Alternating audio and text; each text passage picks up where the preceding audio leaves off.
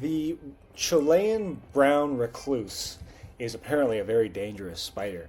And last night I got the worst sleep of my entire life because I thought that I found one literally right next to my bed. But that plus a whole host of mosquitoes ended up causing me so much misery of just pure annoyance of them buzzing around because I didn't close the window and put in a pesticide device or insecticide device or whatever it is.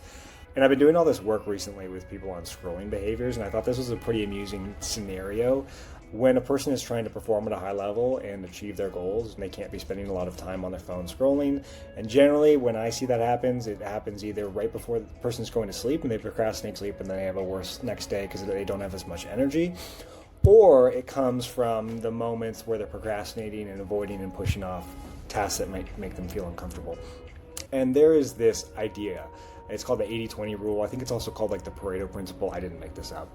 But the general premise of it is that 20% of the actions that you need to take are actually going to be the driver of 80% of the results. A very small number of tasks out of the total that you could be doing will actually drive the majority of the results. And you see this concept come up in a lot of places.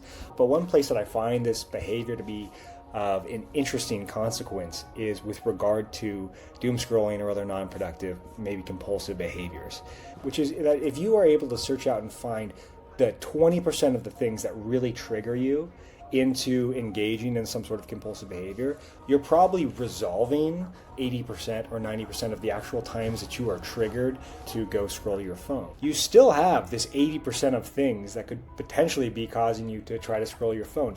And those 80% are typically filled up with just kind of spontaneous or funny triggers that you never even really knew you had.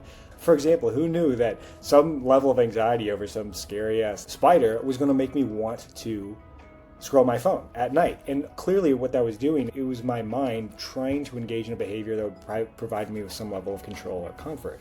That said, what happens when you solve for the 20%, the really important ones, is you get really good at that, and then you can apply the same rules to the other ones. Even though I would have never predicted this trigger of mine to want to scroll social media was a scary-ass spider and annoying mosquitoes, because I have done so much work on these other more important triggers of mine, I can apply those same rules and prevent myself from having to go down some compulsive scrolling, doom scrolling behavior hole just because I've done work on the important ones.